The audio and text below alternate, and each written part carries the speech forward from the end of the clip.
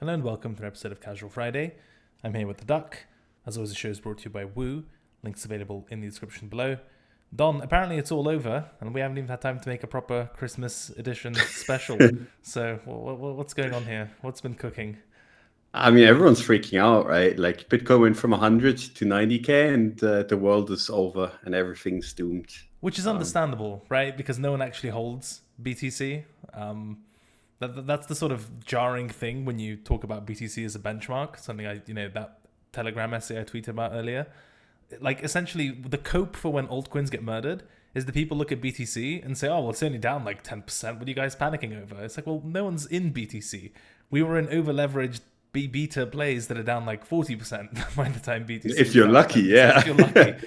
So yeah, it's like one of those weird things where in the past, I think it was actually very helpful and you can get a very good sense of the market and for pain by just looking at BTC, because people were either denominating in BTC, they were holding a lot of BTC, they were trading alt BTC pairs. It was like a useful guiding light in that regard to get a sense of flows, positioning, average pain points, and so on. But the average market participant is so BTC agnostic nowadays. We've just like outsourced that to ETFs and Sailor. So we're all in altcoins. So it's better to look at like the top performers of like last week, for example, to see where people's portfolios are at, because that seems to be the name of the game. You don't actually trade or hold BTC, you just chase BTC performance with other stuff. And so but when it goes down a little bit and your altcoins go down a lot, as has been the case, there's like a disproportionate amount of pain that's caused. Now, it'd be nice if that were offset, right? Like, you get paid for the risk you take and your altcoin goes up, like, consistently outperforms BTC. But as we've seen on any really time scale, that's pretty difficult to do. Yeah, I think most people are holding memes, and like even if you go to the popular ones like WIF and Popcat, they're down 70% against USD, which is insane, right? Like Bitcoin's trading basically at the highs, and those coins are down 70%. I still remember tweeting like in November or something, like saying like, I mean, there could be a world in which Bitcoin doesn't do anything, and you're still gonna lose all your money holding these. And people were really upset, and now it's happened, and people are really upset. Understandably so, because I mean that's frustrating, right? Like I think you can be fine with losing like 70% of your money if everyone is kind of losing all their money, like if Bitcoin's down like 50% and you're down 70%, that's easy to stomach because you're like, I mean, I just mistimed the market, whatever. But if Bitcoin's down 10% and you're down 70%, at that point, like it becomes really hard to justify what you're doing to yourself. And I think that's kind of where all that pain talk and all that pain is coming from. People realizing that they're really like much worse than they think in this market, right? Like just in trading it, generally judging it. I think that's kind of where it comes from. And that's why you see it so widespread, even though the market, quote unquote, is down only little. Yeah, no, I think that's accurate. Although, have you seen the resurgence of those Coke posts being like, oh, the market is down, but these 10 illiquid shitcoins are outperforming on a 24-hour time frame or whatever, like that same intellectual dishonesty. You'll see that a lot. You'll see Yeah. that a lot. The moment Bitcoin bounces, right? And I tweeted about this yesterday. Like the moment Bitcoin bounces, like the worst, and this is how it always goes, right? The coins that lost the most are probably going to bounce the most. Like something that goes down 70% in a straight line, like WIF and Popcat, the moment Bitcoin puts in like a convincing bottom, they're going to bounce hard, right? And you're going to see like 20, 30% moves on a 5 or 10% Bitcoin move. And then people are going to be like, hey, look at this. And you guys were making fun of memes or whatever. But it's because they overcorrected so hard to the downside that they now have like a lot of room to bounce to the upside without even turning bullish, right? Like these things, and this is not me promoting them, right? A lot of people will think like, oh shit, like that makes me want to buy them. No, it's just like those are coins that you want to be trading if you like to trade memes. But like for the longer term, I'm always startled by people being like, hey, I'm holding this for the longer term. Not so sure that that's the play. But for like bounce plays, I mean, that makes sense. It's just sadly always accompanied by people that are kind of like just completely twisting the story, being like, yeah, memes are the strongest performers. Like you're going to see that day one when they have their first big bounce, right? You're going to be like, yeah, like the entirety of Twitter and the entirety of YouTube will be like, oh yeah, memes are back. And I don't think that's necessarily the case. I just think they're down so much that they could bounce a lot and still be wildly bearish. Yeah, I mean, the framing is just fundamentally dishonest on two grounds. The first is, as you mentioned, percentage-wise, if you go down 70, 80%, you can go up a lot more from that bottom, but you're still a lot more down overall. So unless you're there sniping the bottom and trading it, that relative percentage increase doesn't really do anything for you, and it's not indicative of relative strength, sort of in absolute terms, in the way that it's being framed. And the second one is something we've discussed as well, which is simply microstructural, right? Like a lot of these coins, especially if after they get battered 70, 80%, like the ask side of the book is completely empty, and they're less liquid. They are lower market cap coins, so naturally they're going to be more volatile. So essentially the tweet ends up saying, this coin went down a lot, now it's mean reverted a little bit, and it's illiquid. And that's supposed to be like a shill, you know? It's very strange, but that's kind of the place we live in. I mean, it's like if you shill, like you could make the same argument about like Bitcoin on leverage, right? You could be like, hey, I'm trading Bitcoin on leverage and it's bouncing so much more than Bitcoin without leverage. So like but this is not how it is, right? Like obviously if you increase the risk, the reward oftentimes accompanies that. The funny thing is with the memes, that's actually not been the case. Like you've been better off just trading Bitcoin on leverage.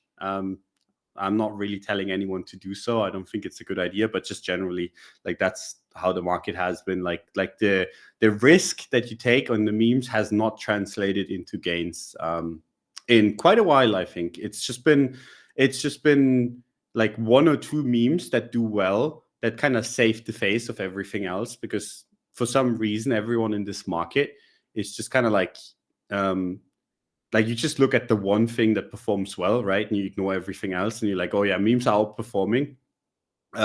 Even if it's just like Fartcoin doing like a 10x while everything else is bleeding down. And I mean, it's hard to argue these because they're just, like you said earlier, like dishonest arguments, right? Like it's not how it not necessarily how it works, but you cannot really have an argument with those kind of people. But just gotta be careful with that whole rhetoric that goes around, because it leads you into making dumb choices, I think. Yeah, I think the worst part is it actually looks quite convincing at face value, right? Like if you take very simple premises and you're like, oh, well, you know, relative strength, I can measure that as a function of when the market is strong, what is the strongest, and just view that in a vacuum in terms of percentage-based returns, it can actually lead you down some, you know, through some dodgy neighborhoods, so to speak. But if you kind of zoom out and look at how did it get here in the first place, why is something bouncing like 40, 50%? The preceding context isn't nice a lot of the time. And also in most cases, it's not like these are active traders who are like, oh, well, you know, I didn't eat shit on the move down, but now that I'm buying the dip, I think these are going to move the most. In most cases, fucking bag holders who actually ate shit on the way down and are now coping with the small mean reversion, saying, oh, look, there's strength in this sector, you know? Yeah. And those are completely, as I'm sure you'll acknowledge, those are two different ideas completely. Like, just taking a stab at a long from being flat or whatever because you think something's going to be less liquid and move more, versus you're just fucking bag holding the entire way down, and then on the bounce you try to kind of amplify the effect of that mean reversion. It's two different things completely, with two different P&L curves to accompany it in most cases. Yeah, I think the trader is quite happy about it, right? The trader looks at it and is like, oh yeah, fuck yeah, it's down 70%, it's illiquid, I can take advantage of this. Yes. But the bag holder obviously doesn't really gain anything from it. Yeah, it's exactly as you said. Yeah, this sounds like sort of mental shadow boxing, I know, but you'll recall we had to do like 2 or 3 episodes where the premise of the episode was meme coins are probably not just going to go up in a straight line forever, you know? Like, and we got hate for it too. Like that was the level of sort of, I don't know, it feels like collective gaslighting that was reached, where it was like, okay, well, meme coins are like fundamentally different to any altcoin at any time. The same structural forces that affect altcoins don't affect meme coins. There's no reason to buy anything else other than meme coins because we've discovered this panacea. And I'm on this show like, hey, I'm pretty like open-minded. I mean, certainly compared to you, but just in general. But can we sort of have a bit more evidence to support the idea that we've like fixed cycles forever, and that meme coins aren't just the new flavor of speculation and they will follow more or less similar patterns? And, you know, that somehow, unbelievably, that was an unpopular opinion at the time. And look, even in the short time frame between those shows and now, we've already pivoted to AI, right? Like AI, crypto AI agents. That's like the new thing. But that's, you know, if anything, that's like the nail in the coffin for people who just incessantly argue that we just need to reach like a certain altcoin narrative, and then that will be the altcoin narrative, and there's no reason to buy anything new. Like, I mean, to quote you, the whole thing of blue chip memes, right? Like a fucking oxymoronic contradiction in terms. As soon as you hear blue chip memes, like your sector's probably cooked, because if it's a blue chips, you know, it's been around for ages, it's not new. A lot of the speculation's already done. It has a large centralized exchange listings, and you're not getting paid to take that early risk at that point. And as we've seen in this market cycle, where we create an infinite amount of tokens per day, dilution is also near infinite, etc. Like the time horizons of these narratives is actually relatively short. And it's that whole thing we discussed last time of inter versus intra sector. Like even if you nailed like a meme coin thesis, if you are holding the wrong ones, your returns are like drastically different to someone who you know, rotated well within the sector itself. So I know it's like a boring part of the show, we should talk about charts, etc. But I think it's important, especially after a long break, to do a fucking reality check, like on the state of things, like how things were and the sentiment around meme coins and how they're this like microstructure anomaly in a new sector versus the reality of like, hey, altcoins are vehicles for speculation. They may wear different costumes, but then people get fucking bored and move on to the next thing. It could be a new thing within that same sector, as we had for a while with memes. It could be a new thing entirely, like we had with, you know, with current AI agent obsession. But there's which nothing, will also pass, which will also pass, like by definition. And there's nothing lindy about flavor, like by definition, there can't be anything lindy about flavor of the month altcoin speculation. But as soon as you convince yourself that, you know, your sector or your bags or your coins are the exception to the rule, should, you know, it's like a check yourself type of moment, I feel like. Yeah, well said. I genuinely think this is just how the market operates, right? Like something gets hot, and then it's hot for a while, and it's hot for so long that people think that is actually just going to stay hot forever, and then it's not hot anymore. People move on, find the next thing. Same story happens again, and then the next thing. Like we've gone through so many cycles. We've talked about this so many times on the show, but somehow every single time people still come up to us and are like, no, but this time is different. This time it's like the meme super cycle, this and that. And I mean, even if you're right, like, and the meme super cycle is now here, right? What will happen is basically that the attention shifts from one coin to the next. For example, like WIF was very, very good early cycle, right? Like WIF was one of the best coins to have like a year plus ago, but it's not done anything since. Like it's not done anything in a year, basically, while Bitcoin's gone up drastically, and while the meme sector was still hot, right? So you basically, what I'm saying with these like flavor of the month kind of trades that people take, like with the AI agents right now, or with like memes, or with just generally anything, you do have to rotate out of those, right? Like I do not understand how someone can look at like a flavor of the month thing and be like, yeah, I'm gonna long-term hold this. Like that's insane to me. You buy it, you try to ride the trend, and then you have to kind of, even if you stay in the trend, you have to rotate from whatever you're holding into something else. Otherwise, you're just gonna give back everything.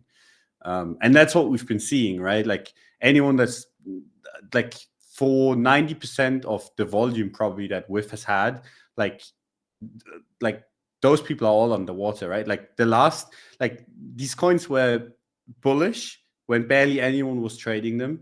And the moment a lot of people were trading them, they haven't really done anything since. So I think like 90% of the people that have been trading this, if not like vastly more than that, have actually just been losing money. And it's just a sad reality of like when you play these kind of musical chair games, that's just how it goes. And obviously, I'm not saying WIF and Popcat and all these memes cannot go up again. If the whole meme sector just kind of has like a revival of sorts, like let's say Dogecoin runs a little bit, Dogecoin does like a 2x, there's a good chance that you're going to see like WIF, for example, do something similar, right? But I'm just saying, like, you cannot take these things for granted, right? And I think that's what people have been doing. They've been taking the outperformance of that sector for granted, and now they're basically back to square one. Yeah, it's a fickle mistress. These altcoin positions and metas and sectors, etc. Someone posted like a screenshot of a dashboard they'd built around Pump Fun to see how many wallets had realized P&L of like 10k, 100k, a million, etc. Dude, the numbers are absolutely miserable. Like, it is so bad. It's a fucking slaughterhouse out there, Like, the idea that you can, in most cases, because again, you only see the highlight reel on Twitter. You just pick like a few coins and they will always stay lindy, and you can, ride them 10, 50, 100x and then just like keep holding them forever, and that's it. It's like a Bitcoin / Ethereum style bet.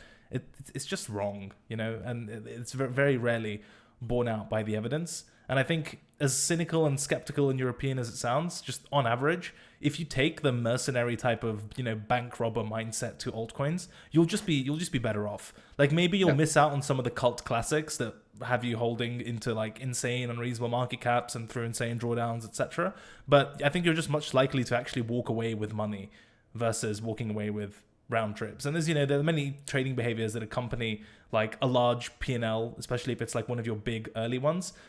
You just like, you basically do a sailor.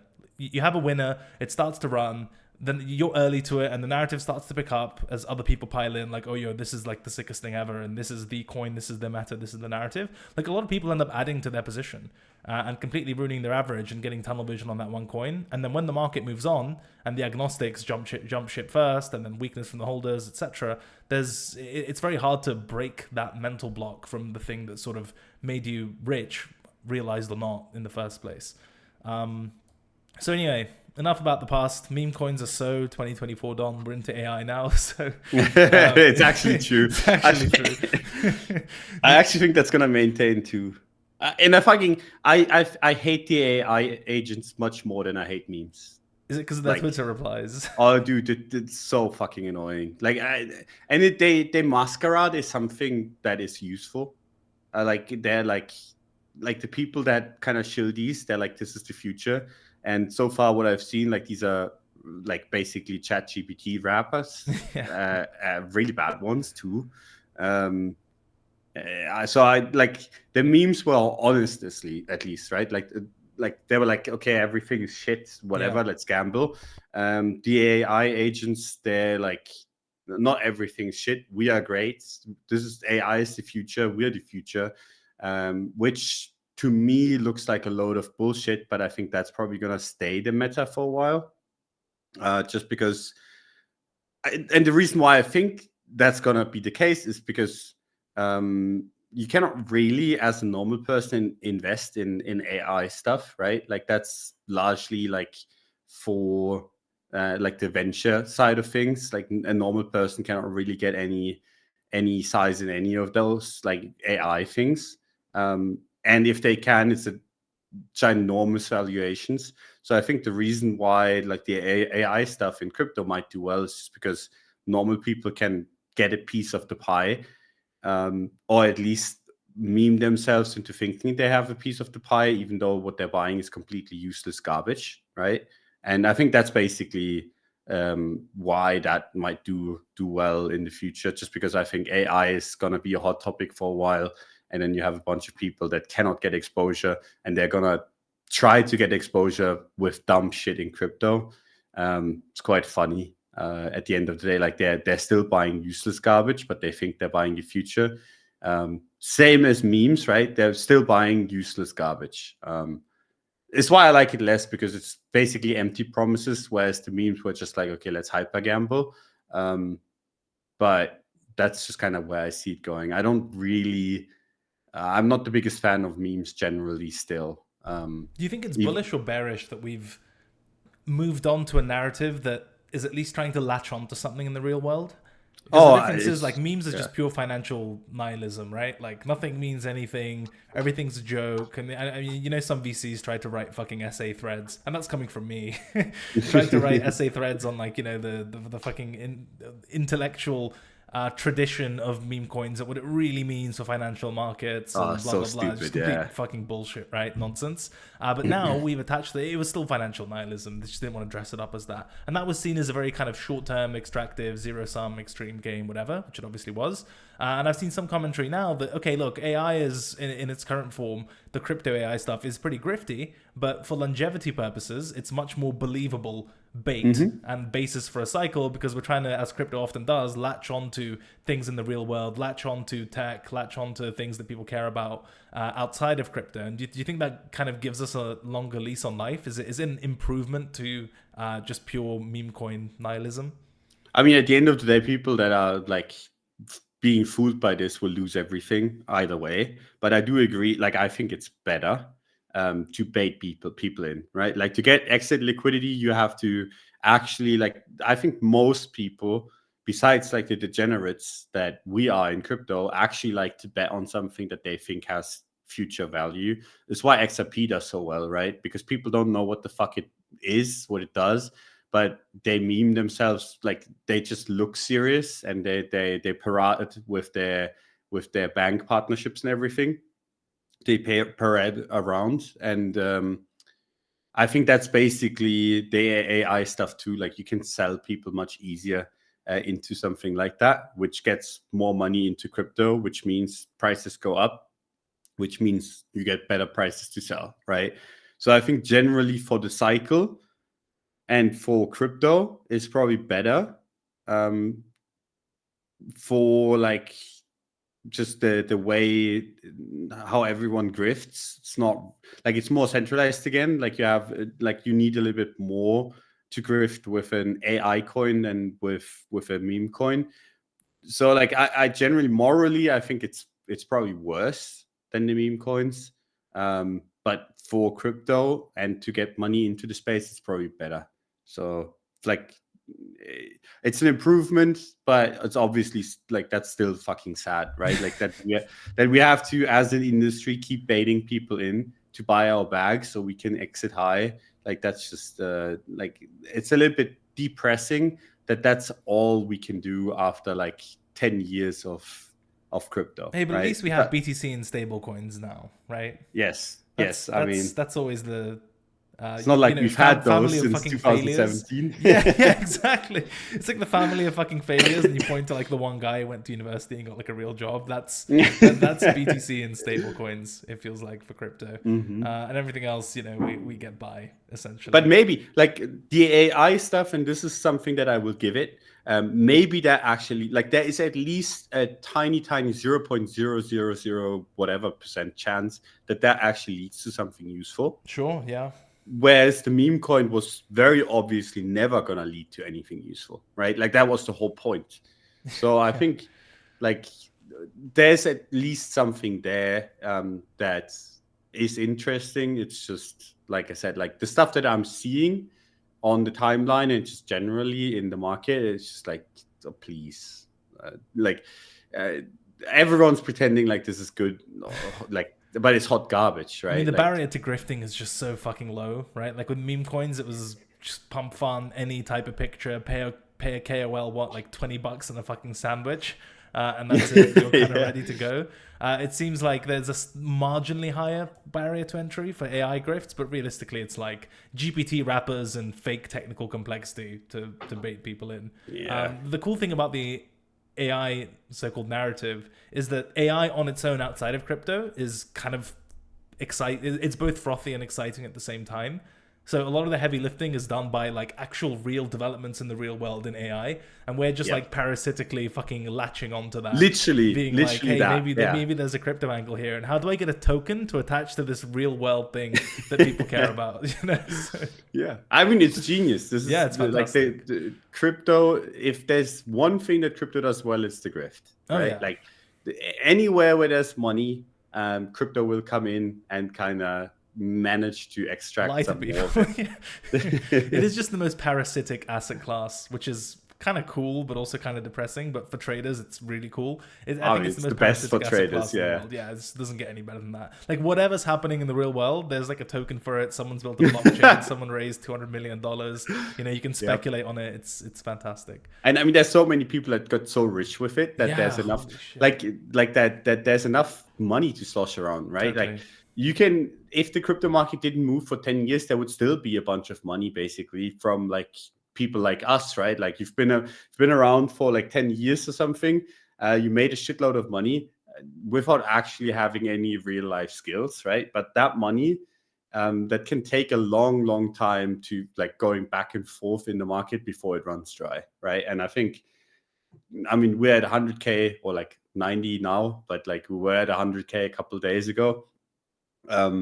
It's going to take a long time for that money, that old money, to kind of run out. So you're going to have a couple of years of basically like narratives that people will buy in crypto, like, and manage to kind of extract money out of stuff, which makes it just the best place to trade. Like just literally, it's just like there's a million reasons why crypto is the best place to trade and to scam. Like I think if you've got like those, sadly, yes, you know, dark triad, Machiavellian, psychosocial traits, there's no better place to get rich quick than crypto. Oh, people celebrate you for it. Like that's the thing. Yeah, sure. Like it's celebrated, which is the insane part about it. Like the biggest grifters oftentimes like have a cult following. Yes. And are highly regarded in the industry. And even like people with reputation are kind of like smitten by these people, which is really funny. Like, I mean, I guess that's just finance, you know, like the more fucked in the head you are, the more success, like the easier it is to have success, I think. And in crypto, it's the best, like that principle applies the best, I think, out of any space in the world. Like the more fucked you are in the head, the easier you're gonna have it. It's just how it is. Completely agree. Fuck it. Should talk about some charts for a change, Don. Yeah, we should. Yeah. Bullshit, philosophical, self-congratulatory, moral high ground musings aside. Yeah. Timeframes are interesting, I feel like, for BTC. Do you have a view on the monthly, or is it still pretty fucking useless? Pretty good. Like, that is just a good chart. Like, I've seen a lot of people kind of be like comparing this to the prior cycle highs in 2021. And I mean, you can do that on any red candle, right? It just takes one, Don. That's the thing. Yeah, and I mean, at some point you're gonna be right? But just face value, there's nothing that makes this a bad chart, in my opinion. Like, I mean, the last candle was red, Don. That's yeah. Out of the two colors, that's like the weaker one. Yeah, that's the worst color. Yeah. No, but that's straight up like a good chart. And the only thing that could really make it bearish would be a close back below 70K, I think. I mean, everyone's dead before we get even close to 70K, no? Yeah, I mean, altcoins are at zero if we go back to 70K, which is all everyone holds anyway. So true. Like again, it's that same disconnect, right? Like you can look at BTC in a vacuum and say, from a purely technical perspective, you know, you could carve out a higher low and above, even fucking 70K, as long as it holds the breakout level, it's good, etc. But then even getting close to there would decimate like the entire fucking altcoin landscape. So it's like there's just a huge divergence between technical implications of BTC versus what the market would actually look like if it came close. I mean, it's at fucking 94K and everyone's dead, you know? Yeah, I mean, that's the crazy part. Like, if this market wasn't constantly bailed out by the ETFs and Sailor, like, everyone would be dead now. Like, it's insane because everything is held up by Bitcoin and like Bitcoin being so strong, right? So it's like people don't realize how at the mercy they are of Bitcoin actually staying strong. Like, it's insane. Like, the risk that people take is unfathomable to me. Like 100% in a garbage meme coin. And I mean, it's been working, right? Because they've been bailed out, but at some point that's going to stop, right? I just hope it's going to be higher. But I look at the monthly and this is a good chart. Don't really see a problem with it. Like I said, 70K is the line in the sand. At that point starts looking shitty. And then I could even see like quite a bit lower, but I'm not expecting that. And then if you go to the weekly time frame, this one's super interesting, no? Yeah, that one's a little bit tougher because when you go up straight in a straight line, like the it's cool, right? It's a sign of it's a sign of strength, right? Cool, and you're gonna be happy. You're gonna be happy cool, about it. I mean, it is, right? Yeah, I agree. You go from 60 to 100K, you're like, fuck yeah, that's lit. And then the problem is, like, when it retraces, like, where the fuck do you bid, right? And the answer is really fucking hard because there is no support, right? Like, there is technically on the weekly time frame, there's no support until 73K. Just because it went up in a straight line, like on the technical side of things, I think you would find support somewhere before, like even if this played out a little bit more bearish in the next couple of days, somewhere in the like 80K region. But technically speaking, there's no support, and the support has to be built, right? So if you go to 80K, chill there for a while, maybe go up from that, like just chilling. Like that's something that you can look forward to, but like a technical level doesn't really exist. And I don't know if I would want to bid 70K if it breaks down, right? Like that's fucking awful. Maybe for a bounce, but I think at that point, like if it goes all the way down to the breakout level, that's why I start being like, oh shit, maybe I'm gonna sell into any strong bounce that I get. So needs to kind of find the bottom, I think, before 80K. It's just, I don't know where that might be. I hope it's gonna be soon, but technically there's nothing on the weekly. Like the weekly is super interesting because I think a lot of the defending is coming from the daily timeframes and other timeframes. Yeah. For the reason that you mentioned, you look to the left and you're like, holy fucking shit, there's nothing here, right? There's diddly dick. It's just 3 weeks of going straight up. So I think the defenses can come in two plausible forms. The first is like some sort of spike of the weekly range. So, like sub 90K round number, for example. We've wicked into there a bunch of times, 80, where is that? It's like 90.6 if you take the first low after the last impulse, which I quite like doing on all time frames, really. And just in general, like 90-ish round number. You'd want that to be defended because if it's not close to the current wicks and the current structure, then if you're at least only looking at the weekly, there's just air, right? There's kind of not good enough. The other alternative, I think, is the cluster that you tweeted out, which looked like, we've rolled over this level at the time, etc. But actually, it was a pretty classic setup that I think you've discussed on this show before, where you get like a shitty close, like barely above the resistance level, the one at 98K, the weekly cluster, the fucking one red candle as a level. And it looks like it's like a bait close, right? It's like, oh, it just closed above the level, let's fucking go. And then it pushes up early in the week, kind of a weekly open drive type of thing. And you're like, oh, well, this is sick. Look, we barely closed above, but now the strength is coming through. But actually, it's a trap in a lot of these cases. That's why, at least on this show, we like to talk about like proper strong closes, and that it's actually a sign of what you want. And you're paying a premium to get an entry at that point, but that's because there's more strength that's quote unquote confirmed. I'd much rather pay up for a stronger close and get a worse entry with higher probability than pay for a shitty close, because I think the probability at that point kind of doesn't justify the better entry, if that makes any sense. I mean, at the end of the day, like you're paying up for confirmation, and then the confirmation is really shit. Right? It's like you don't want to do that. And I totally like agree with you. Like that was not the best close. That seems like the most reasonable weekly kind of obstacle, right? Like a 98K. I still think that's a good level. And as for the rest of the weekly, as mentioned, like there's that 90K round number, but then if you look to the left, there's nothing. And I think as a result, people looking at the daily the incentive is to defend the daily range low, because the only way you save the weekly from fucking looking shit is you have to defend it on another time frame. And I think the other time frame is the daily, and basically the range low, the extremity, whatever, the bottom of this range, which is what, roughly, well, it's like around 90. It's 90K. Yeah, it's like 90K in one form or another. And I think that's really it. That's kind of the story of the market. There's been a bit of a slowdown, sailor, blackout period, macro, whatever you want to fucking call it. Just like the infinite bid, and also some news, DOJ, blah, blah, blah. It feels like we're in fucking 2023 all over again. And I mean, Trump is kind of tweeting about invading like 3 different countries, so it doesn't really help. This is what the people voted for. I mean, that's literally what they voted for, yeah.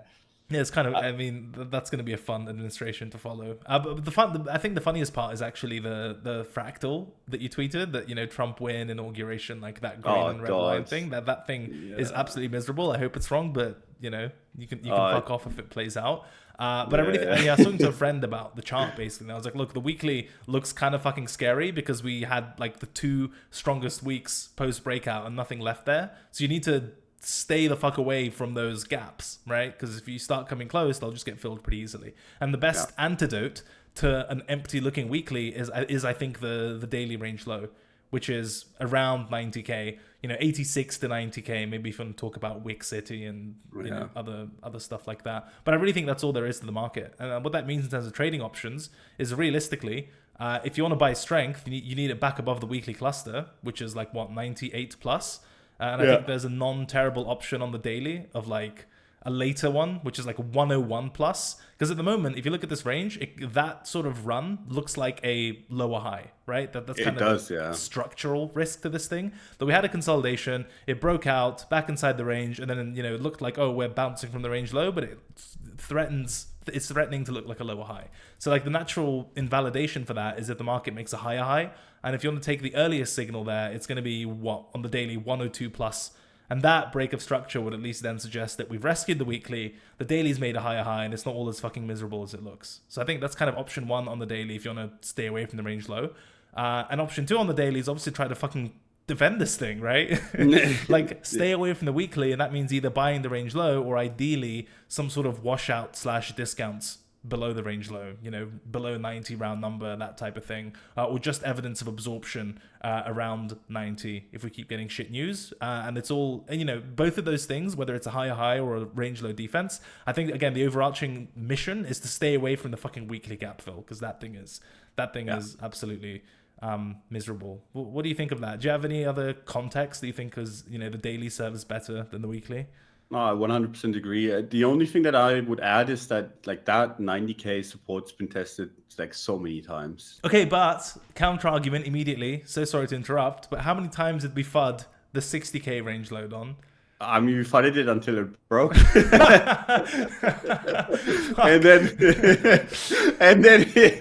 then we stopped FUDding it because it broke. Like that's kind of like where my worry comes in, right?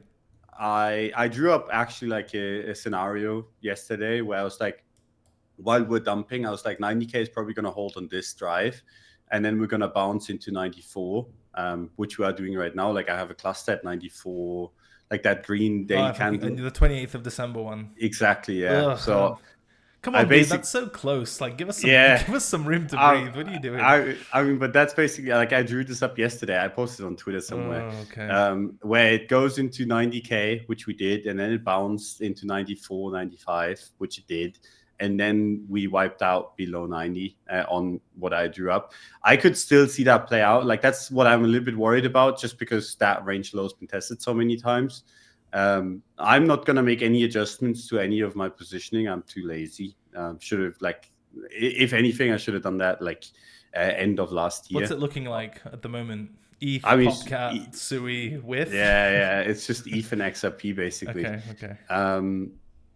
But yeah, I kind of could see that come true, like a wipeout below 90, especially while we have the S&P be so shit, right?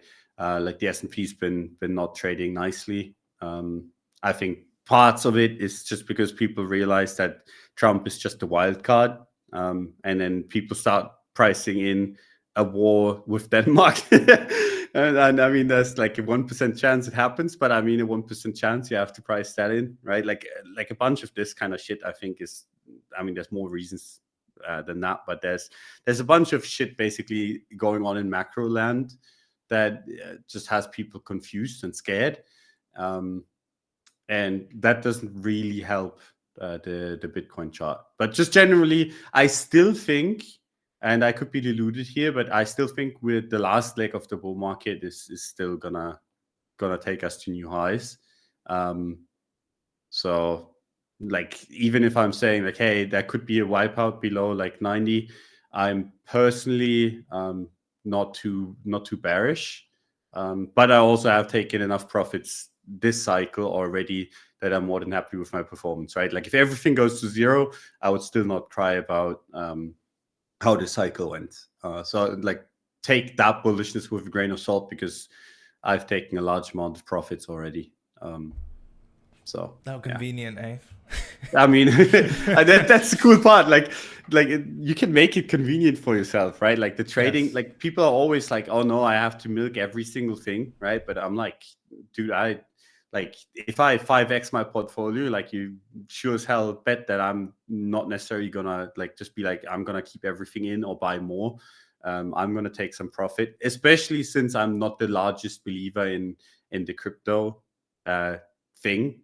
Just generally, where I'm like, okay, I'm just happy at some points taking profits, even if that would have doubled or tripled or quadrupled afterwards. I'm just happy to take some profits.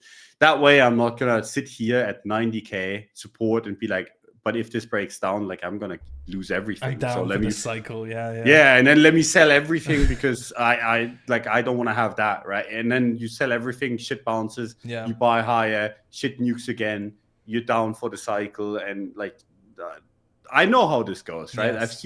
I've seen so many people go through it. I've been lucky to not be caught in this yet, but like this end of cycle thing where people just go completely crazy, I've seen it many times, and one of the many reasons why it happens to people is because they don't take any profits, right? And if they take profits, they put it back. Has to be earned, you know, like whether it's by taking profits on the way up or being in really good positions that are kind of more or less immune to this thing and not using leverage. Like if you can afford to be passive, you have to earn it in the first place. I feel like a lot of people put on like a bunch of massively fucking levered speculative bets, and then they just read a bunch of content, which is like, oh, you're so early and all the money's made in the final quarter. It's like, oh, cool, I've got nothing to do. There's no urgency on my part, right? Until the market goes down, and then all those voices get silent, and you're like, oh, wait, where's the band? You know, where'd the fucking music go? So that part is important. I haven't been on a cycle wipeout type of streak, but, you know, I've written about this before, like a micro version of it, where, you know, you lose, like, you just start trading on tilt, and you panic sell the low, and you chase it back up, then you puke it again, and, you know, I lost like 15% in like a couple of hours, basically. Yeah. And I was like, what the you know, it was during the BitMEX headlines, sorry, the USDT headlines with the NYAG, Bitfinex, like around that time. I think it was 2018 or something. And it's just literally the worst streak of trading I've ever done in my life. And it was like 15% in like a couple of hours. And once I actually stepped away and then came back and looked at my trading history, I'm like, what the fuck was I doing? Like, it's so easy to lose money in this market. It's like actually unbelievable. Like, there are no risk checks. No one's giving you a tap on the shoulder. Like, it's, you know, the tail risk of just like one tilted trading streak can just literally undo months of good trading, if not the entire thing. It's actually pretty fucking terrifying. But yeah, I guess structurally then on the BTC side, the interesting stuff is 90s washout or 100 plus strength, and everything else is what kind of wishy-washy. Uninteresting. Yeah. Okay, I'm fine with that. It makes both technical sense, narrative sense, etc. I do hate your fuck off cluster here. That's right above us. There's very little breathing room if it plays out. I mean, that's where we're getting rejected right now. Yeah, on the 1 minute chart. Yeah, the adamantium resistance level. But no, I think that's more than fair on the BTC front. So those are the areas to at least be willing to take a stab. I will say though, like, you know, as much as we joked about fudding 60K and that thing breaking down, that was also just like a really messy fucking period of price action, right? Like if you bid the washout, depending on when you did it, at some point the level just got so stale that it wasn't particularly useful. Although it did crescendo in like a much bigger washout all the way to what, like 47 or something, 47, 48. 48. That's where like the bottom came in. But before that, it kind of washed out twice, right? Like the first time in May, and then it had another stab in June, briefly reclaimed, made a lower low in July. Then you had a big rally from there that was amazing bait for, you know, the range has been defended, let's fucking go. And then, you know, after the biggest bounce, you got the biggest nuke. Like this shit is not easy. As much as it may be tempting to frame it as, oh, just wait for the fucking washout, the good old reclaim, stop at the bottom and ride it. Like it's it's not that easy. It's not that easy, but I think it's at least worth being aware of.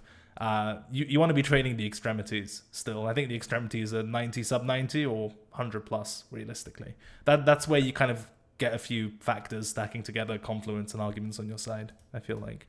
Like 86, 85, yeah, like all that that kind shit. of wash out.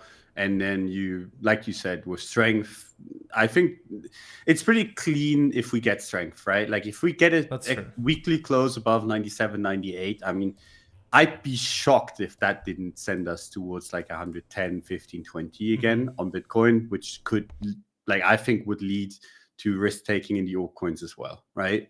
It's just until then, right now, there's not really good risk defined setup, just because you, like, if you want to buy now, like, where's your stop? Is your stop like 86?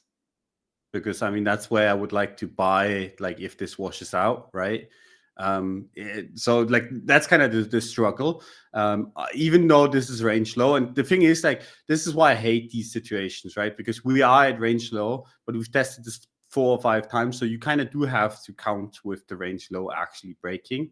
Like, you have to take that into account, right? Like on the first test, you're just like, I mean, it's just a really good level, let me buy it, right? On the second test, you might be like, hey, this held quite nicely the first 2 times, like, I'm just gonna buy it. And then, but at some point down the line, you have to kind of start taking into account that this can break, and which makes it really difficult to buy the level, even though it is support, right? And that's why when we were making, like, you made fun of the whole like 60K breakdown thing, right? Where we're like fudding the 60K level and never did anything. Yes. And then it broke down eventually, right? And that's the thing, right? Like, and the wipeout on that breakdown as well was vicious. Like, even if you just held all your fucking coins on every single bounce, like, there was a lot of money that was just straight up wiped out by getting it wrong once. You know, Bull's got it right like 8 times. Bear's got it right once, but that one time ended up being really fucking expensive. That's the kind of asymmetry that's baked into these things. Yeah, and the problem is, like, this range low, like the 90K range low, can easily lead to a bounce towards like 97, 98. But it also has the downside of just going through a vicious breakdown, right? So it makes it difficult to trade. That's why these kind of ranges are, like, people are always like, oh, it's a range, it's so easy to trade. I think it's not necessarily the case. Range trading is much harder than people give it credit for. I agree. And if anything, you know, you don't have to take a very deterministic view of like, oh, well, it's, you know, it's been tested this many times, therefore it's going to break down or it's going to hold, you know. I think if you just look at the 60K example, you can quite confidently assert, irrespective of direction, that once it starts testing the same level over and over again, you're in for some shit price action in general. Like, it's not nice. Whether it holds, breaks, like effectively breaks and then reclaims, like it's kind of just a shit period and a shit area to do business. So, you know, without committing to a direction, you could even use that as a filter and say, I'm going to stay the fuck away from it. Like, if it wants to really, you know, pierce the boundaries, then it's interesting, but like the level itself is uninteresting. I feel like that's also like a reasonably moderate view, you know? Yeah, I like it. Basically avoid shit price action. Yeah, it's like, if you're an active trader, that's what you want to do. Like, if you sit there and you trade shit price action, you're going to lose money. Unless you zoom out. But the problem right now with zooming out is, like, you don't have anything. Yeah, there's no zooming out though. Don't. I recommend no more news like this. No, I mean, the monthly does look good, right? It's just like, where the fuck would the level that you, like, where you get confidence from, be from? Like, not from the weekly, not from the monthly. Then you're on the daily, and that level's been tested 5 times. Like, where do you go? And the answer is, like, probably nowhere. You just wait until the market gives you either a gift or shows you strength. I think that's very well said. Nothing to add there. Speaking of strength, let's look at ETH. Your favorite holding, Don. Oh God! Especially ETH BTC, which is your favorite crypto asset. Awful, both awful. So, you know, it's been a couple of months, so it's time for you to reiterate that we're still at monthly support of some sort. We are still at monthly support on the ETH BTC. It's actually exactly like at that level still. How convenient. Awful. You were telling me that if this monthly, you know, I think it was the November or the December monthly. Yeah, it must have been the November one. If that closes green, then this is an adamantium full port trap, send upwards, vertical accumulation, liquidity crisis setup. And it's done fuck all. Yeah, I mean, that's worse than it could go. No, I mean, ETH's been even for me, because I kind of expected ETH to be depressing, right? You've got the bigotry of low expectations for ETH as it is. Yeah. So the fact that you're disappointed is really fucking telling. I was like, this is gonna be a disappointing trade, but I'll take it anyway. And it's more disappointing than that. But it's still holding so far.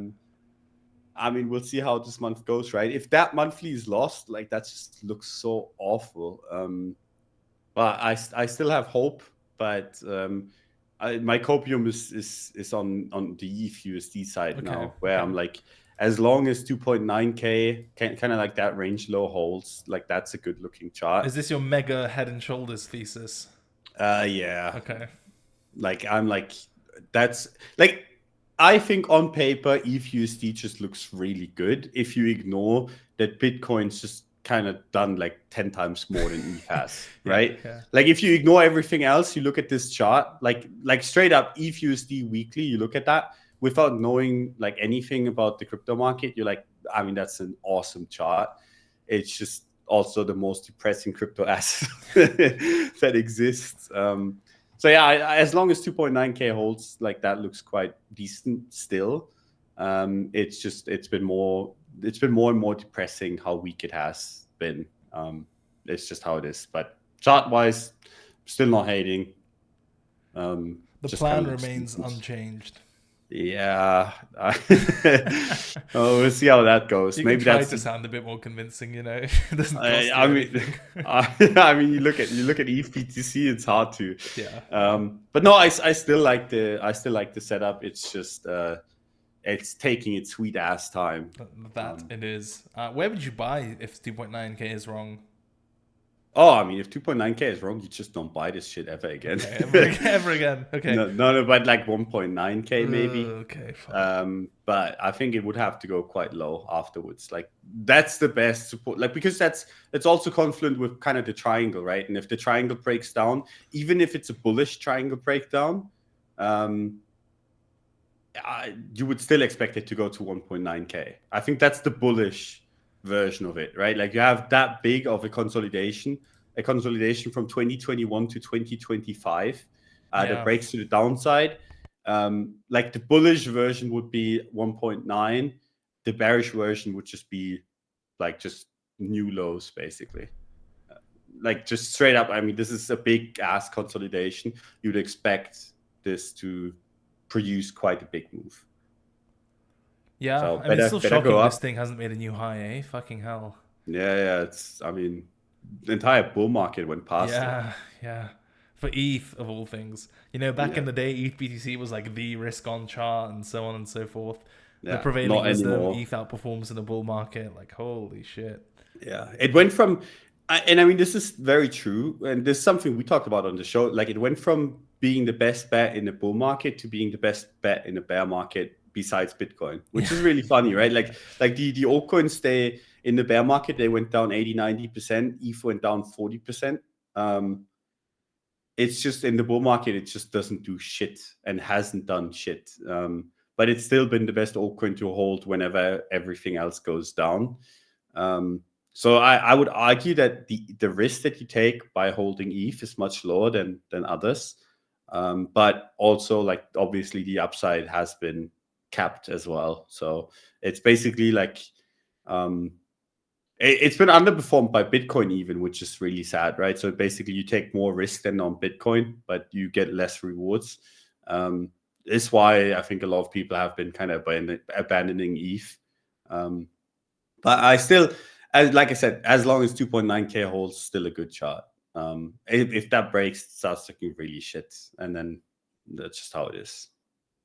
Yeah, it's certainly taken its sweet time. 4K is just allergic to that price, it seems. Yeah. For a while now, right? Like, if you look all the way back to May of 2021, that's where that level comes from. Isn't that crazy? Fucking May 2021 is where 4K was like, okay, guys, pack it up. We've like solved Ethereum. And since that point, it's just, yeah. I mean, sure, if you're charting, it looks nice and pretty, but it doesn't fully convey the depression that accompanies that price level. Yeah.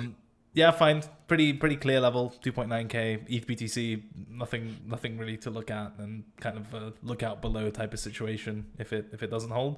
Do you think it's a good rebuy? Like, if shit starts going down and BTC takes a stab sub 90, etc. If you weren't in a position, would you be punting like 2.9, 2.8 type of thing?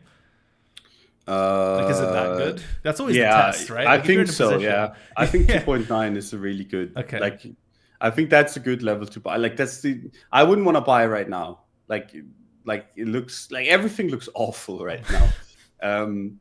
2.9k would be easier, because then you have like a relatively good risk defined setup of like, you don't want to undercut the impulse candle, right? The 2 point, like starting from 2.4, 2.3k ish. Oh, all the way there, So you have a decent invalidation with a decent target, which is breakout of the triangle, go to like 6, 7, 8k, and that's like a decent trade, right? Right now, it's like your invalidation would still have to be the same, like below 2.4, and then that's a little bit far away, I think. No, I think that's very reasonable. I mean, it's just it's a nice technical chart. It's just, again, the context is it's like an underperforming piece of shit, Yep. So have fun with that one. Also, it's like generally like a really good test. I feel like if you're in a position and you're considering adding to a position, or even like using a level for a pretty significant rebalancing, to ask the question that I asked you, which is that if you weren't in a position, would you buy this level or would you sell this level? Like, it's not perfect, but it's a pretty good gut check for how much you actually, what you think the level is worth, so to speak. Because your mind starts playing tricks on you when you're already in a trade. Like, oh, well, this is fine, and this is some sort of support. If it holds, I'll be okay. But your standards are always higher if you're not in a position to get you to take some risk. So you can kind of bullshit-proof your own analysis by trying to sort of put yourself in the shoes of someone who's not in a position and asking whether you do business at those levels. It can tell you some truths about yourself and what you actually think of the market. Yeah, well said. Another all-time high scam that I was looking at was actually Solana. I was like, this thing came with like $1. Dude. Isn't that crazy? Awful. Look at the monthly. Sold USD monthly. Yeah, it's like it's like one of those meme price action trader charts where it was like spike the range high and then go to the other side type shit. Except it's like the monthly all-time high. Like, what the fuck? Who wrote the script for this? That's so messed up. Yeah, I mean, Solana's been underperforming for a while now. But that chart is awful. Like, that Sol monthly. Like, if you're a Sol holder and you like Sol, you just don't want to open that thing, and you just ignore it and just hope that another time frame is gonna do you better. Yeah. Because that's just really bad. And the reason why it's so bad is because it's such a good short setup, right? Like, if you shoot at 208, like that monthly level on the retest a couple of days ago, with a stop above 260, like, I mean, you have like a really, really nice setup. Like, this is a setup that I would take on the long side every single time. Like, I'm not necessarily in the business of shorting stuff anymore, but if I was, like, that's a really nice setup with like a target that you can, like, I mean, below the 120 level, I think, if you just look on the monthly. That's I just hope this invalidates. Level. Yeah, I mean, we did get bailed out by that monthly. It seems like 120 was far away, but we did recently spend like half a year consolidating at that monthly cluster. It feels like the monthly Sol is just a time frame you avoid, because there's like a double scam going on, as you mentioned. Scam 1 is the all-time high spike, and then scam 2 is closing above and then closing below that monthly 202, 203 level if you use the body, and then 206, 210 if you use the wick. The March 2024 candle that kind of set the top of the range, because now it just looks like all-time high spike, rejection, and then back inside the monthly range. Yeah, and that's just like, who the fuck came up with this? What sick sycophant thought this was a good idea? And the weekly, I just kind of don't like it. I don't know what you think of this. It's just a bit dodgy. Like, we spent so long in this weekly range, and it made like a series of weird looking highs, so to speak, and it's pretty difficult to like anchor on the right one, essentially. Now, that might lead you to say, oh, well, just use the monthly. It's clearer, but as we just established, you can't use the monthly because it's a scammy piece of shit. And I don't really love the weekly view as it is now. I think whenever I see these levels that get tested a shit ton, I mean, famously, we also at the Sol range low, we're like, who's defending this? You know, like, what if it goes below? And this one actually just held, and it didn't break at the 122. But I don't know about you, unless there's like a fucking enormous washout sub 122, I still, you know, even from a purely trading system point of view, this level's been tested, what, like fucking 12 times?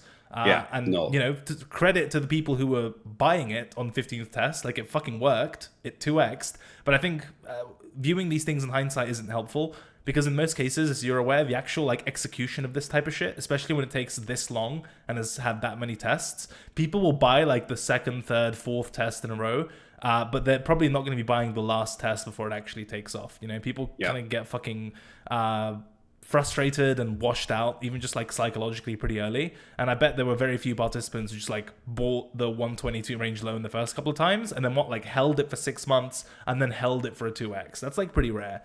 In the investor and holder crowd, it's certainly possible, just like as a place to add. But like for active traders, realistically, if you're like trading a level, expecting continuation, and it keeps coming back there, and you know the bounces keep getting smaller, so on and so forth, it's very unlikely that you have someone who just magically bought the last test, and also that's the one which they held through the range high. You know, I think just for all those types of reasons, I don't like trading levels that have been tested a shit ton unless they wash out, because the time component is uncertain.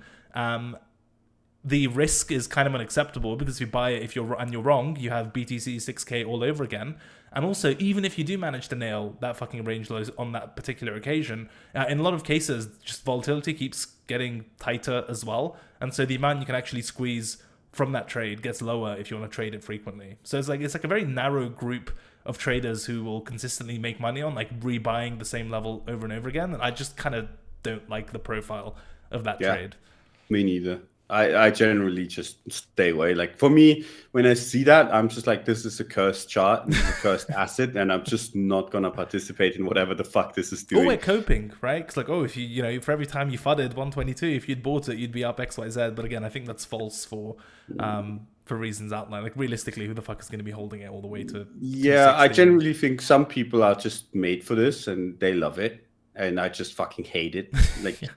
So I'm just not doing it. Like I know that I'm gonna lose money doing this, and like I've traded long enough that I know, like, just to avoid stuff that I just don't like, because when I don't like something and it goes against me, I'm much more likely to puke it at the worst possible timing. For sure. Whereas when I like something, right, I'm like, and something like sometimes I like a trade, it goes against me. I'm like, I actually didn't size up the first time properly enough. Like I can add some, or I can do whatever.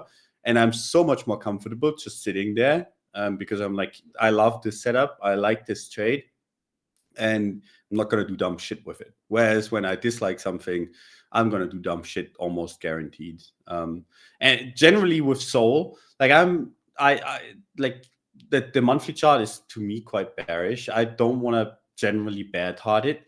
But I think just generally, Sol is very much in the ETH camp now. I think Solana has matured enough and is high enough in the market cap ranking now, whereas it's basically to be treated like ETH. Like if you want to have like a lower risk altcoin that you just want to trade for like a couple percent, I think there's much more attractive altcoins for bigger percentages than Solana, right? Like you've seen Sui run in the last few weeks to months, multiples running laps around Solana. I think it's basically like whenever stuff gets that big, like Solana is now, or like ETH, it moves very, very slowly. So even if it's like that bearish signal that we have on the monthly doesn't play out, I still think that you're gonna find a lot of newer coins that just massively outperform it. And it's quite funny because the Solana people were the loudest ones that I've heard so far, speaking about how ETH is old tech and like just like how no one gives a shit about it anymore. And I think Solana is gonna be in the same boat. They basically were making fun of something that every single, like when you have a cryptocurrency that gets older and older, you go through this, right? Where it's like you're just the old thing now, less exciting, but like trusty old thing that just sticks around cycle to cycle. Solana is probably going to be around next cycle too, but it's probably going to be outperformed by pretty much everything else on the upside, but then not perform as poorly as those new coins on the downside.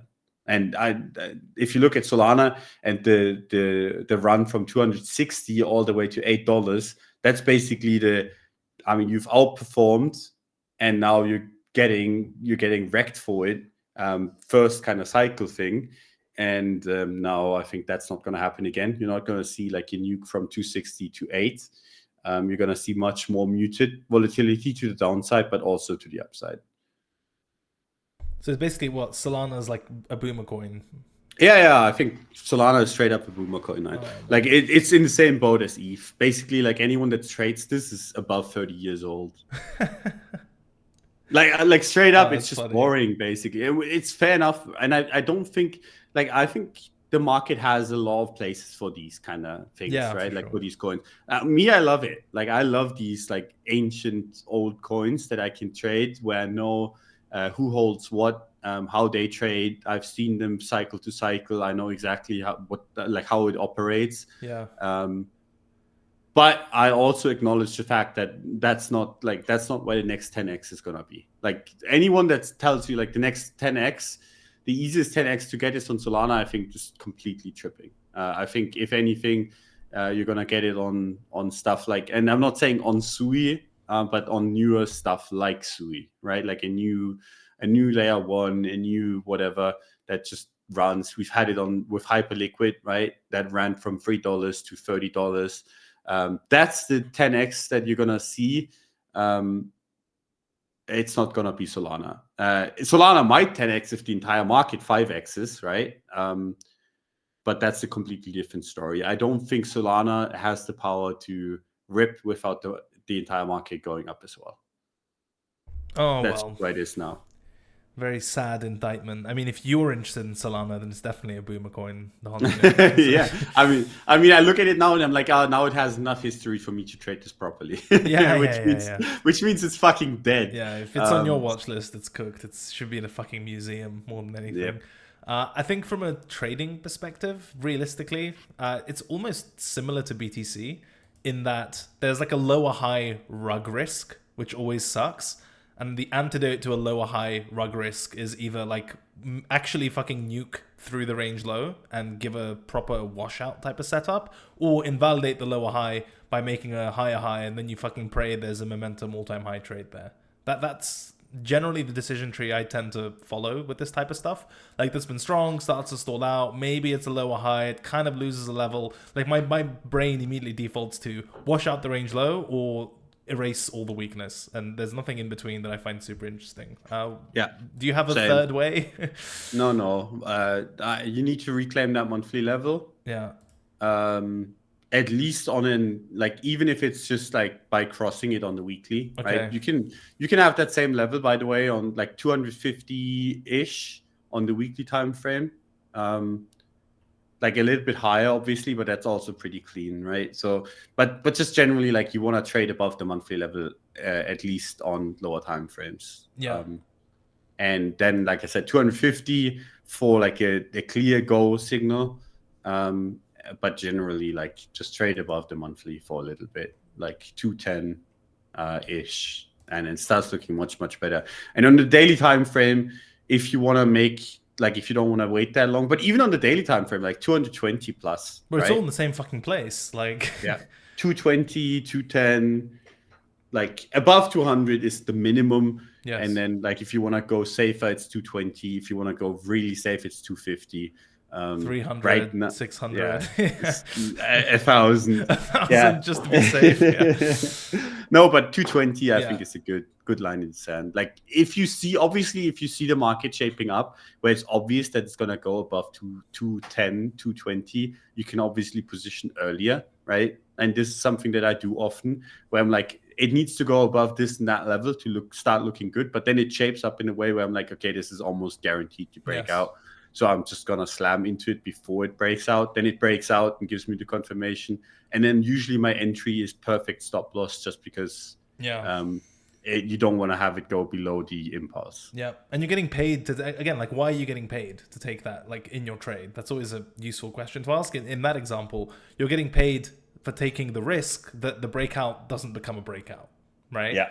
That's always like, I feel like if you're trying to analyze your own trading system or setup or whatever else, it's just, again, one of those very basic heuristics. Like, why am I getting paid here? Or like, why should I get paid here? And different trades have different profiles. Like the one you mentioned, it's being early to the breakout. Breakout trading itself is like sort of, function of momentum, essentially. You're getting paid for the risk that this is actually just you're basically buying resistance, right? Like if you're aggressively breakout trading, then by definition you're like buying resistance, and if it works out, that's what you're getting paid for, and so on and so forth. So I mean, as we've discussed before, I mean, your approach is like essentially a strong lethal allergy to breakout trading. So it's like whatever you can do to avoid actually trading the breakout, like you'll take any fucking scant evidence of a higher low or rounding out, etc., close to those breakout levels to avoid trading the levels themselves, Yeah, but I mean, look at the market right now. If you did any breakout trading, you're completely right. This is why I fucking hate it. It's rough. I mean, look at Solana on the monthly. You're like, oh, that was a breakout. I bought this, and then you bought the top. Then you look at Bitcoin on the daily, and you're like, oh, that was a breakout. Like the breakout above 99K, that's a breakout. And then you bought the top. You look at ETH above like 4,000, right? Like we had it close above 3,900, which was the resistance. You bought that because it's a breakout. You're completely wrecked. Like I fucking hate breakout trading. It's rough, like man. This, like every single one of them. Like in crypto, you just get wrecked. Obviously, like when you get it right, it's so good, right? Yeah. You buy it immediately and immediately profitable. And you're like, fuck yeah, I'm the greatest trader alive. Like, but like oftentimes you're not gonna get it right. And then therefore, like I like to find good spots where I don't have to necessarily trade the breakout itself, but I can see that the breakout is coming. And when you can see that, it's oftentimes, like in my opinion, less risky than actually buying the breakout. And you get the benefit of actually having been on board for the breakout. Yeah, you let the market does the heavy lifting for you. The bulk of the impulse. Also, why did that have to be so depressing? You took us through like BTC, ETH, Sol, and like high time frame failed breakouts on all of them. What did he mean by this? Because I mean and I think that's like I don't think people have realized that that's what happened, right? Like that we've just basically had failed breakouts in all the major assets, but they can feel it in their bones. This is why people are freaked the fuck out, and I get it. Like you look at that, it's awful. Like this is supposed to be a bull market. It's the fucking worst tour I've ever been on, Don. Jesus Christ, I want my money back. I mean, it's the worst bull market we've ever had, to be fair. Like, unless you've been holding Bitcoin since 16K, this has been by far the worst crypto bull market we've had. But maybe we get the last leg and it makes up for everything. Michael, please. Raise as much money as you need, no matter how illegal. Yeah, do as much crime as you can. It's the crime cycle, for God's sakes. Do more crime. That's true. Wake up, people. Speaking of crime cycle, this would be a fun one to end on. XRP. That's been consolidating for, month and a half now? Yeah, nothing too crazy, like weekly, up and down, daily, pretty much sideways. Do you think this still has more criminal legs in it? Dude, like it's one of the only charts that I look at where I'm like, holy shit, just look like everything else I have to cope, right? Like I look at I look at Bitcoin on the weekly, I'm like, yeah, but the monthly is good. And I mean, and then I look at ETH and I'm like, yeah, but the ETH BTC monthly and the ETH BTC, like the ETH USD weekly, that's a good support. And with XRP, I look at it, I'm like, oh, holy shit, it's just strong, right? So I hope that XRP is kind of showing us the future of everything else, and it's just strong and everything is going to go up. What could also be the case, and I mean, XRP has done this plenty of times before, where it just shoots up in a straight line and then bleeds out for the next 6 months. Also possible, but I am a believer for now. I just look at this chart, I just see strength on both the Bitcoin pair and the USD pair. Like both of those look excellent. Pretty much exactly what I wanted to see, right? Like we talked about this like weeks ago. I was like a little bit of a pullback, and then like a little bit of time spent basically, and it just looks like it can have a second leg. So far, I don't really see anything that would go against that.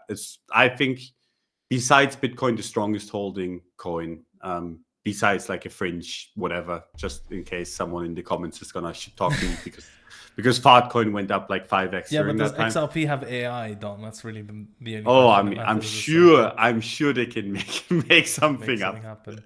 Yeah, TRX I looked at as well. That's been a fun one. That's the most criminal uptrend I've ever seen in my life. Oh yeah, TRX, good times. I mean, you talked about it before it went crazy. Yeah. You can draw a trend line on this thing since basically the bottom. Yeah, it's unbelievable. And I think that trend line you can buy again, probably. Okay, there you go. Like if it comes back to that. I love getting financial advice from you on this show. But don't fucking buy TRX. Like don't make me sad, please. That's true. Out of memes, Pepe is not doing that. Yeah, Dogecoin and Pepe. Yet. Yeah. Dogecoin and Pepe. At least it's clear where you would be getting fucked, which is on the breakout level, 1603-ish on the Binance pair. Just at the weekly high on the Pepe side, and on the Dogecoin side, where the fuck is that? I don't even. Oh, Dogecoin and DogeUSD on the monthly. Just turn that on and you'll find it. Yeah. Oh, okay. Hey, yeah. I mean, it depends which level you want to pick. If you pick the highest monthly close, I mean, this is classic. This is where you use TA as an art to cope more so than a science, right? Like if you're a bulltard, you look at the cluster of highs at 27, 28, and you're like, this is just a fucking sick retest. If you pick the highest close, you're like, this is another failed breakout in the majors. Yeah, it's another fucking piece of shit.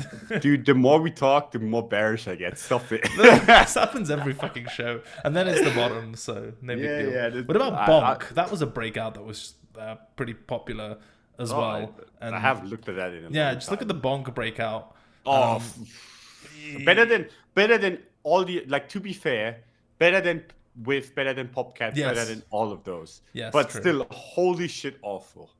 Like that's just the fun one here is if you took the highest close at like 34, you're like, okay, that first test looks okay, and then you coped by taking the lower close at 31, and that also looked okay for a moment, but it just kept fucking failing.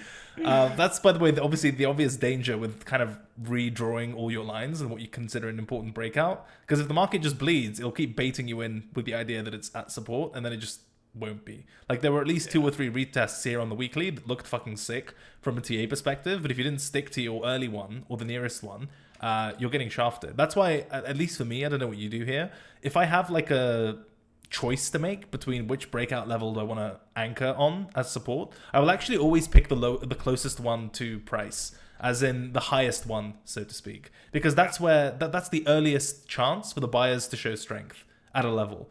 And like if they're not showing up there, why the fuck would they show up like 2, 3, 5% lower in most cases? Like there are exceptions to this, like it closes below the higher level and then wicks the lower one and then reclaims the higher one, like shit like that I make some allowance for. But just in general, if you're looking for like, okay, there should be a bid here, I think in the interests of actually trying to highlight strength, you want the market to step in early on these things and not fucking retrace the whole thing and wait for a mega discount. But to give Bonk credit, right? I just charted it against PopCat. It's up 20% in the last 3 days. Yeah, PopCat, what the fuck, dude? That just awful. Yeah, Whiff and PopCat both just went to basically. I mean, it's CT coins, right? Yeah. I mean, unsurprising. It's the ones that I shit talked. It's the only 2 that I shit talked actually. Nero as well. Have you looked at that recently? That was quite popular on CT. It's just fucking Goblin Town. NEIRO. Oh Jesus Christ, that's like where are these? I'm sitting here in XRP and it's like I'm chilling, and then I'm like I look at these and like should I be terrified? Like, yeah, I know. Goat as well, and that's like an AI coin. It's supposed to be one of the early ones. We talked about Goat, like yeah. ENA is another one, by the way. ENA. That's you just want to depress everyone. No, I'm just looking through my fucking watch list. I'm sorry for existing. Jesus. ENA is a coin. Oh god, you keep giving me. I mean, that's not that bad. Okay, but it's another one of like those all-time high breakout looking things or close. Yeah, but that's not as awful as like the PopCat. Have you looked at CAT USDT? Oh, that one was a big one that was shielded everywhere. Yeah, that's at a level. Oh, beautiful, yeah. Dude, it's kind of crazy how like legit these meme coins have full retraced the entire bull market. Dude. Like I mean, Pepe and Dogecoin are the ones that have held up. Yes. And I think for good reason. It's unsurprising that the household names have held up. That's kind of been the story generally of the cycle, right? Like the stuff that has been around for a while has actually done quite well. The blue chip, right? Yeah. The blue chip meme coins. Yeah, but the actual blue chips, right? Like Dogecoin is unironically for me like the Bitcoin of meme coins. Sure. Right? Fair. Like reasonable. I think you cannot make an argument that disproves this. Like it's just straight up like that's the meme coin that started it all, basically. The first one that gained any real significance. And that's kind of like that's selling off much less than the rest. And Pepe is just like one of the biggest memes. That kind of makes sense to me as well. That those two are the ones that are doing better when everything else shits the bed. And then everything else just been like, let's be entirely honest, at least for me, like I don't know how Popcat or Whiff are good memes. Like that's just not it to me. Sorry to the holders. I mean, and this doesn't mean the price cannot go up, but it's just like it's not that funny. Like it's just straight up not that funny or culturally relevant. Sure. Neither of those have been culturally relevant. I think Dogecoin has been. I think Pepe has been. Not the coin, but yes, like the meme itself. Yeah. And I think that's kind of what you need to stick around multiple cycles. That said, Shiba Inu, whatever, stuck around for a couple cycles as well, and it's god awful. Yeah, but it's not as bad as some of these others, right? Like if you compare Sheeb to Cat, for example, like that's not fun. Brett and all this. I mean, there's some. It's just have you looked at Mew? MEW? No. That was also a CT one, like in the Cat coin meta. That's you know, not. Yeah. I mean, it's down like what, like 60%. Yeah. Thing is, I feel like this is where you get slapped in the face by the dispersion, because like we've talked a lot about dispersion in altcoin performance, right? And how this cycle is different. There's so many fucking coins. It's all dilutionary. Alt season used to mean literally everything that you could trade going up at the same time, whereas now it can't mean that because we're fucking it's making too many trillions of coins every day. And I think most people kind of intellectually understood dispersion. It's like, oh yeah, well, you know, my portfolio is up a bit, but it could have been up a lot more if I like bought the right coins. Interesting, yeah, dispersion. But you know, it's only real when you get fucking slapped in the face with something like this. Like, oh, BTC's down like 15%, but I've like lost all my money in this altcoin. It's like to the downside where the dispersion really acts as a wake-up signal, because it's one thing to underperform but like still be up, but it's another one to just like lose all your fucking money and the market, you know, doesn't reflect that on the majors. Yeah, awful. When you sit there, everyone else is kind of like chilling and you're just like losing everything. Yeah, it's like, guys, why isn't everyone panicking? Like, we're down 70%. It's like, no, you're down 70%, you know? Yeah. It's fucked. That's dispersion just makes, it's a sign of market maturity, but by definition, it makes things harder, you know? Yeah. You can no longer make like a guaranteed correlation bet that, you know, the market's going to go up, so my coins will go up like a shitload too, and it's a question of, you know, like quite a luxury question of how much am I going to be up. This is the kind of thing where you will underperform both to the upside, and your portfolio will be like around break even, and then a fucking single sniff of weakness, you've like lost all your money, even if you are directionally like somewhat correct. Just that effect of being less upside capture and more reflexive of the downside just means you can fucking fumble the entire market. Like the entire trend by picking the wrong stuff. This is the first cycle where that's been the case to this extent, I feel like, you know, where just your choice of instrument, sort of irrespective of everything else, can completely fuck your returns. Yeah, even with good timing. Like before you were participating in the market, you're good to go, you know? Like that's it, you're fine. Whereas now, like this cycle, that's why I think a lot of people have fatigue or feel like it's a fucking terrible market or anything else. It's the dispersion, and it's the number of coins, and it's the rate at which fucking attention switches and we jump from one thing to the other. It's really, really difficult. And I mean, I do want to say that I think that the meme coins are probably going to bounce really hard once Bitcoin, like I said, puts in like a meaningful bottom. Mm-hmm. But you got to be really, really careful with these things because like, and this is why like the AI stuff is easier to trade, I think. Basically, like if you're trading something where everyone understands that it's a game of musical chairs, like you're shit out of luck if you miss it, right? Like if you miss the exit on a game where everyone knows that it's a game where like the first one out the door wins, like you are fucked. Whereas if you're trading something that masquerades as something that is actually useful, like the AI agents, and they might turn into something useful, you will always have the delusional people that like actually believe in this shit as your exit liquidity, right? There's always going to be like a bunch of people basically that stick around for way longer than any sane person would. But if everyone understands that it's a game of musical chairs, and like then it's really PvP, right? And this is why like the whole meme coin thing is like, it's a good space to trade when it's hot. It's the worst space to be in when it's not. And this is why like in prior cycles we were trading stuff that like the majority of the market thought would change the world, and that's why it made it so easy to trade in comparison, because like those people, they need 6 months or something. They need like 80% down to understand that they got fooled. And that's just the crypto industry at the end of the day. But you need that initial kind of promise. Otherwise, you have to be really, really good at kind of mercenary PvP, rotating, all that kind of stuff. And people are not. Like, that's the thing. Like the meme coin traders, they're really not that good at this. They're just like, they got really like had really good timing at the start of it, and now they're getting the reality of what this market is, right? Where they get bashed in the face over and over and over. It's like the rules switched halfway through, you know, like it was sold to you as you can just buy this thing and hold it, and it's a cult, and you know, etc., etc. And then suddenly it's like, okay, it's first out the door. There's only this much liquidity, and go. It's like, wait, what the fuck? Like, where'd the holding thing go? You know? It's actually not too dissimilar. I agree. Like, if you're in that sphere, your ability to actually trade, rebalance, rotate, all things that are hard enough in themselves. But if you've been trained to do the complete opposite, it's like extra hard.